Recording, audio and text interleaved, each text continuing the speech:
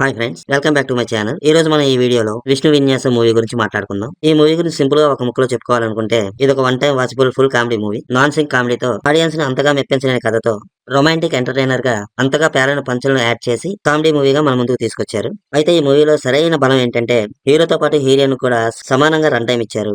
అలాగే హీరో హీరోయిన్లు కూడా వాళ్ళ యొక్క పూర్తి ఎఫెక్ట్ ని ఈ మూవీలో పెట్టి చివరిదాకా ఈ మూవీని బాగానే లాక్కొచ్చారు. విచిత్రమైన హీరోయిన్ క్యారెక్టర్ తో ఒక విధమైన సస్పెన్స్ ని క్రియేట్ చేస్తూ దానికి కామెడీని కూడా యాడ్ చేస్తూ ఫస్ట్ హాఫ్ ని బాగానే లాక్కొచ్చారు. ఇంటర్వ్యూలో రివీల్ అయిన ఆ సస్పెన్స్ ని బేస్ చేసుకుని సెకండ్ హాఫ్ అంతా హీరో ఈ మూవీ బాధ్యతని తన భుజాల మీద బాగానే లాక్కొచ్చాడు. ఈ మూవీలో ఒక సాంగ్ అయితే బానే ఉంది. పెద్దగా అడల్ట్ కంటెంట్స్ లేకపోయినా ఫ్యామిలీతో వెళ్లే వాళ్ళకి మాత్రం కొన్ని రొమాంటిక్ సీన్స్ మాత్రం కొంచెం ఇబ్బంది పెడతాయి. ఓవరాల్ గా వన్ టైం వాచబుల్ మూవీ. అయితే ఈ మూవీలో మెయిన్ వచ్చేసి హీరో హీరోయిన్ల పెర్ఫార్మెన్స్ అనుకోవాలి. శ్రీ విష్ణు, నయన్ సారికలు చాలా బాగా యాక్ట్ చేశారు. కామెడీ మీద ఎక్కువ నమ్మకం పెట్టుకుని వెళ్తే మాత్రం ఖచ్చితంగా మీకు డిసప్పాయింట్ ఎదురవుతుంది.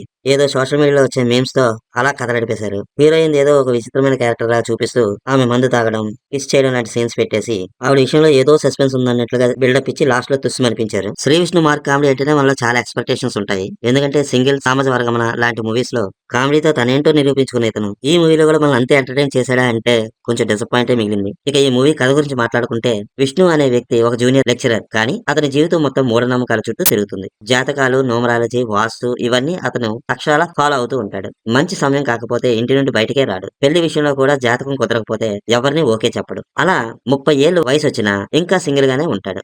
ఇదే సమయంలో అతని కాలేజీలో మనీషా అనే సీనియర్ లెక్చరర్ ఉంటుంది. ఆమె క్యారెక్టర్ విష్ణు కంటే ఇంకా విచిత్రంగా ఉంటుంది. ఆమెకు కూడా ఒక సీక్రెట్ సమస్య ఉంటుంది. దానివల్లే 10 ఏళ్లుగా పెళ్లి చేసుకోలేదు. కానీ ఆశ్చర్యకరంగా ఆమె మన విష్ణుని చూడగానే ప్రేమలో పడిపోతుంది. లవ్ ఎట్ ఫస్ట్ సైట్ లాగా అనమాట. ఫస్ట్ విష్ణు కన్ఫ్యూజ్ అవుతాడు, కానీ జాతకాలు కుదిరాయని తెలిసి వెంటనే ప్రేమకు ఓకే చెప్పేస్తాడు. ఇప్పటి వరకు ఈ మూవీ సాధారణ ప్రేమ కథలో సాగుతుంది. కానీ ఇక్కడే అసలు ట్విస్ట్ ఉంటుంది. పెళ్లి దగ్గరకు రాగానే మనీషా తన జీవితంలో నిజమైన సమస్యను విష్ణువుకి చెబుతుంది.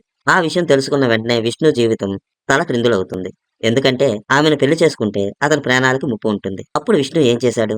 ప్రేమ నుండి బయటపడడానికి ప్రయత్నించాడా, లేదా ప్రమాదం అని తెలిసినా పెళ్లి చేసుకున్నాడా?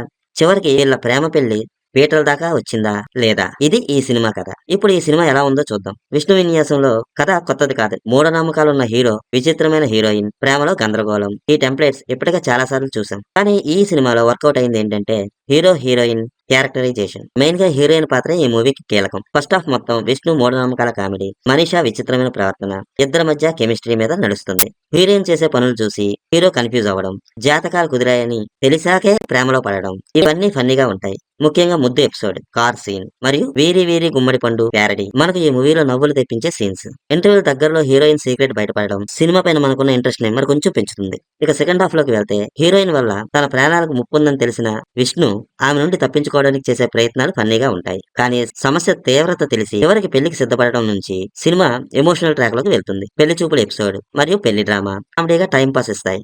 కానీ కొన్ని సీన్స్ తర్వాత వచ్చే సంఘర్షణలు కొంచెం సినిమాటిక్ గా అనిపిస్తుంది. ఇక్కడే సెకండ్ హాఫ్ కొంచెం ల్యాగ్ అనిపిస్తుంది. క్లైమాక్స్ మాత్రం ఊహించినట్టే ఉన్నా ఓకే ఫీలింగ్ తో ముగిస్తుంది.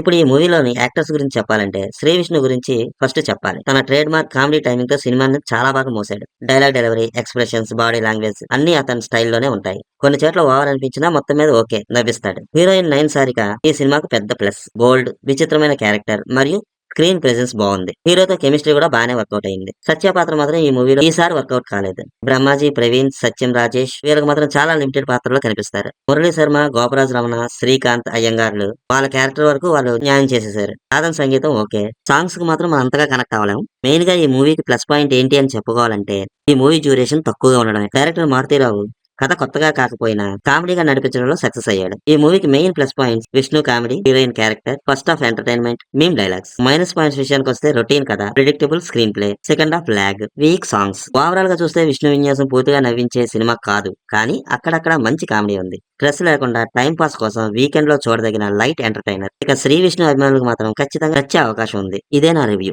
నా సబ్స్క్రైబర్స్ కు ఈ వీడియో చూసిన మీకు నా ధన్యవాదాలు.